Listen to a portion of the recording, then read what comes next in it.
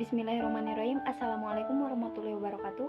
Perkenalkan, nama saya Anissa Rahman, asal dari Prodi Akuntansi kelas C1 dengan nomor MPN 102200065. Di sini saya akan menyampaikan pemahaman saya mengenai materi Ma'rifatul Rasul dari pertemuan 1 sampai dengan pertemuan 5. Langsung saja ke materi yang pertama, yaitu Hajatul Insan ila Rasul atau kebutuhan manusia terhadap Rasul. Manusia diciptakan oleh Allah Ta'ala dengan membawa fitrah atau naluri. Fitrah yang dianugerahkan Allah Ta'ala kepada manusia diantaranya adalah yang pertama, fitrah terhadap wujudul kholik atau eksistensi keberadaan pencipta. Jadi, manusia adalah makhluk yang asal kejadiannya bertuhan dan mengakui adanya kekuasaan. Tuhan yang menjadikan alam semesta ini, itulah naluri dan fitrah manusia. Kedua, fitrah ibadatul kholik atau menyembah, beribadah kepada sang pencipta. Penjelasan poin kedua ini pun dapat dijelaskan dengan menjelaskan poin pertama di atas. Salah satu bukti yang menunjukkan bahwa ibadah adalah bagian dari fitrah manusia adalah sebagaimana yang kita lihat dalam sejarah perkembangan manusia itu sendiri. Manakala belum sampai kepada mereka para nabi dan rasul yang diutus Allah Ta'ala atau ajaran yang dibawa oleh para nabi dan rasul, maka manusia selalu beribadah atau menyembah Tuhan yang mereka yakini keberadaannya dengan interpretasi masing-masing. Ada yang menyembah batu, pohon kayu, berhala, atau patung yang mereka buat sendiri, dan lain sebagainya. Ketiga, fitrah terhadap al-hayatul munazzamah, kehidupan yang teratur. Oleh karena itu, manusia sebagai makhluk individu maupun sosial, dengan dorongan fitrahnya selalu berupaya menata kehidupannya. Ada aturan-aturan dan norma-norma yang dibuat, ada pemimpin dan ada yang dipimpin, ada ketetapan sanksi bagi mereka yang melanggar, dan atau sejenisnya. Ketiga fitrah manusia tersebut membutuhkan bimbingan Allah Ta'ala. Karena tanpa bimbingannya, manusia akan terjerumus kepada kesesatan. Oleh karena itu, dengan kasih sayangnya, Allah Ta'ala telah mengutus para rasul untuk memberikan petunjuk yang benar, agar mereka ma'rifatul kholik, mengenal penciptanya. Dengan ma'rifatul kholik atau mengenal pencipta dan minhajul hayah, pedoman hidup yang benar, itulah manusia dapat melaksanakan al-ibadatus sholihah atau ibadah yang benar. Mungkin dicukupkan sekian materi pertemuan 1 dan dilanjutkan dengan materi pertemuan 2, yaitu mengenai ta'rifur rasul atau pengertian tentang rasul.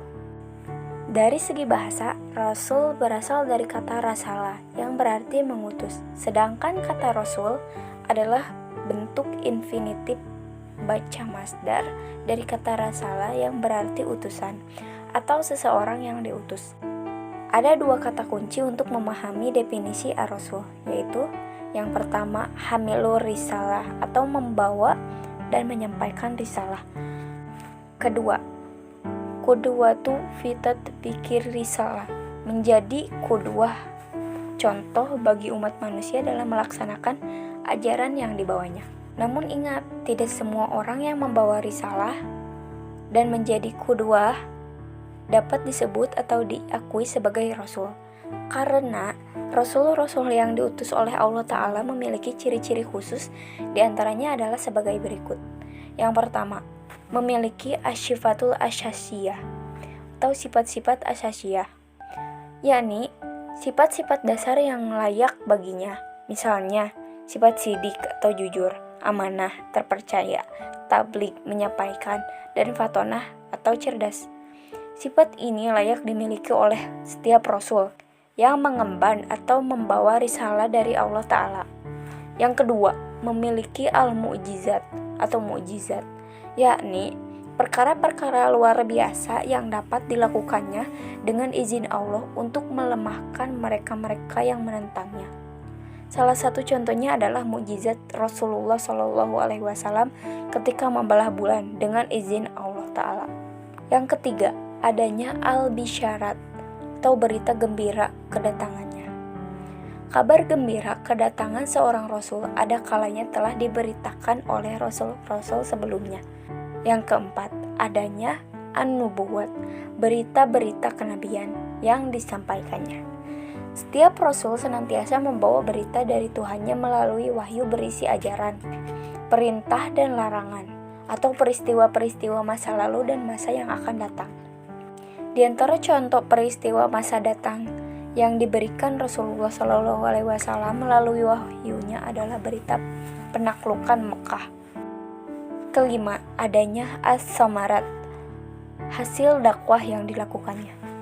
Di antara hasil dakwah yang diwujudkan Rasulullah SAW adalah munculnya generasi unggul dari sisi keimanan, ilmu, dan amal, sehingga mampu berkuasa di muka bumi ini dan menebarkan ajaran Islam ke seluruh penjurunya. Materi selanjutnya yaitu tentang makanatur Rasul atau kedudukan Rasul, yaitu 1. Sikap orang akan berbeda-beda ketika berhadapan dengan orang lain sesuai dengan kedudukan yang dihadapi itu. Yang kedua, kafir Quraisy menuduh Rasulullah SAW dengan berbagai tuduhan keji. Yang ketiga, bagi seorang muslim, Rasulullah SAW menduduki tempat yang sangat mulia dalam kehidupannya. Nabi Muhammad SAW, hamba Allah. Poin pertama, kedudukan Nabi Muhammad SAW sebagai salah satu dari hamba-hamba Allah. Yang kedua, Maha Suci Allah yang telah memperjalankan hambanya di waktu malam.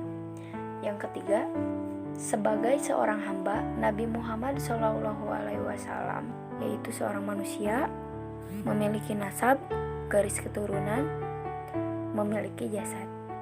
Poin ketiga, seorang manusia. Sebagai manusia, Nabi Muhammad SAW makan, minum, mandi, buang hajat, mengantuk, tidur, berkeluarga, memiliki nasab. Rasulullah SAW berasal dari kaum Quraisy, bapaknya bernama Abdullah, ibunya bernama Aminah. Beliau mempunyai keluarga dan keturunan yang jelas. Begitupun tentang sejarah kelahiran dan asal-usulnya. Perjalanan Nabi. Semua kisah Rasul sebagai hamba Allah telah ditulis dalam buku-buku sirah nabawiyah atau perjalanan Nabi. Muhammad SAW adalah Rasul di antara para Rasul. Poin pertamanya, kedudukan kedua dari Muhammad SAW adalah sebagai Rasul di antara para Rasul yang lainnya. Poin kedua, ketika Nabi Muhammad SAW menerima wahyu yang pertama, maka dari langit terdengar suara, "Wahai Muhammad, kamu adalah Rasul dan aku Jibril." Menyampaikan misi. Poin pertama, sebagai Rasul, maka Nabi Muhammad SAW menyampaikan risalah yang ditugaskan oleh Allah kepadanya. Poin kedua, tugas ini adalah tugas yang sangat berat, sehingga saat haji wada beliau berkali-kali menegaskan, "Ya Allah, sungguh aku telah menyampaikan." Maka para sahabat yang hadir 124.000 menjawab, "Ya, iya, iya." Padahal Nabi Muhammad SAW telah menunaikan semua risalah dengan secepat dan sesempurna mungkin. Menunaikan amanah. Sebagai Rasul, beliau bertugas menunaikan amanah dari Allah Subhanahu wa Ta'ala. Sesungguhnya Allah menyuruh kamu menyampaikan amanah kepada yang berhak menerimanya. Amanah ini tidak mampu dipikul oleh makhluk Allah yang besar-besar, langit, bumi, dan gunung-gunung. Memimpin umat. Poin 1, tugas ketika memimpin Rasul adalah memimpin umat Islam. Poin kedua, Rasulullah SAW adalah pemimpin yang sempurna. Dakwah Nabi. Yang pertama, itulah perjalanan dakwah yang dilakukan oleh Nabi, dari menyampaikan risalah hingga memimpin umatnya. Materi selanjutnya yaitu sifat-sifat Rasul. Sifat yang pertama yaitu al-basyariyatul kamilah atau kemanusiaan seutuhnya. Yang kedua, al-ismah, terpelihara dari kesalahan dan dosa. Yang ketiga, as-sidqu atau jujur. Yang keempat, al-fatonah atau cerdas. Yang kelima, al-amanah atau terpercaya. Yang keenam, at-tabligh atau menyampaikan risalah. Yang ketujuh, al-iltizamul kamil, komitmen yang sempurna terhadap kebenaran.